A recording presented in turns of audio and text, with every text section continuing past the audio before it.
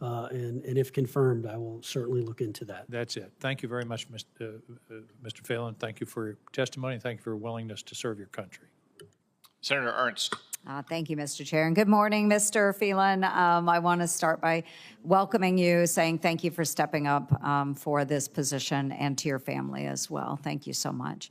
Now, we've talked about this, but I've long been committed to cutting waste in Washington, D.C., and even the areas that are very, very important to me, like the Department of Defense and the Navy as well, they are no exception. So the Department of the Navy receives about 30% or a little more of the defense budget, but there's a lot of financial mismanagement, and we have audit failures that are persisting there. So what reforms will you implement to ensure budget accountability and financial transparency throughout the Department of the Navy?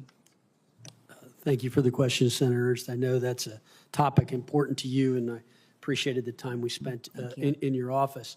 I think, as I mentioned, in the private sector, if you fail an audit, two things happen. You either go to jail or you get fired. And so I think you need to fix it very fast. What I don't currently know, and I've gotten two different answers as I was getting kind of preparatory briefs, is some have said we have the systems in place to tell us where everything is, and others have told me we've got 3 more fleet commands to get done. So I don't know the answer. Okay. I will get the answer if confirmed and get to it very quickly.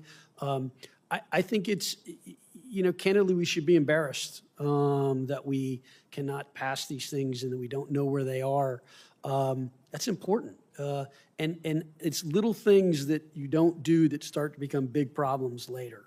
And so I suspect that financial sorts of management, financial discipline are just not viewed as that important throughout the Navy, and it's always that they'll get the money. And I think that just needs to change. That's a culture change. That's a shift. I think we need to be more transparent, more communicative, and if confirmed, I will sit down and very quickly we will get our arms around when we will get this done. I know that Congress and the committee has authorized us to meet an audit by 2028. My question is if we have all these systems in, why can't it happen this year? I've not gotten that answer, but I promise you I will, and you will hear directly from me and straight from me if we can't get there and the reasons why. And I will endeavor to get those fixed as quick as possible.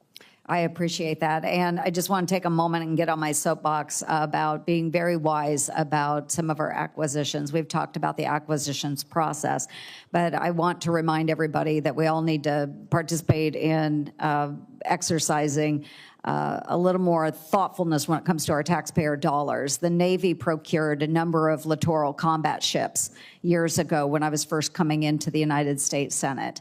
The Navy didn't want them, the Navy didn't need them, and yet the primes, the Congress, everybody said you're going to have them. So we ran into a number of issues with those. Many of them they're just unusable.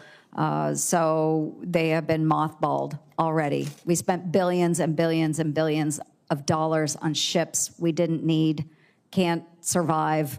What a waste. That money could have been poured into other systems that we're talking about today.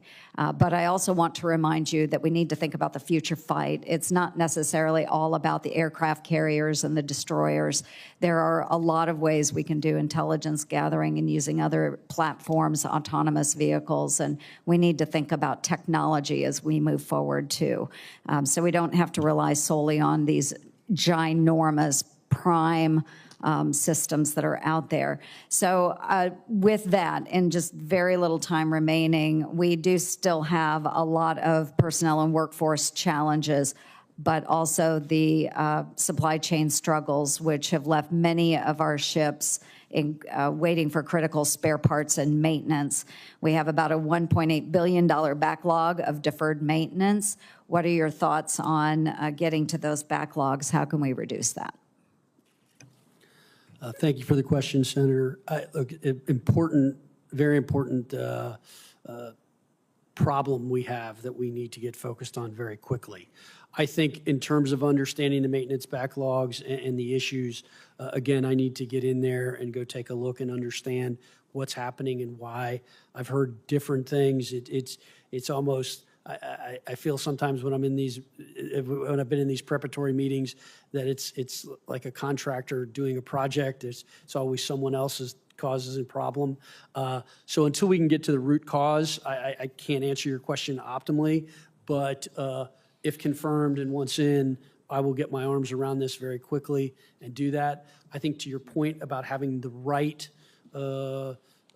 arsenal, the right tools, I intend to sit down with the combatant commanders to better understand what it is they need and why. I think there are a lot of learning lessons from the recent conflict. I think there's a lot of implications on the Navy in terms of what's happened in some of these recent conflicts and understanding what weapons we need. Most important, we can't fight yesterday's fights. We have to fight tomorrow's fights. So incorporating all that, I think, will be very important and critical. Wonderful. Thank you very much.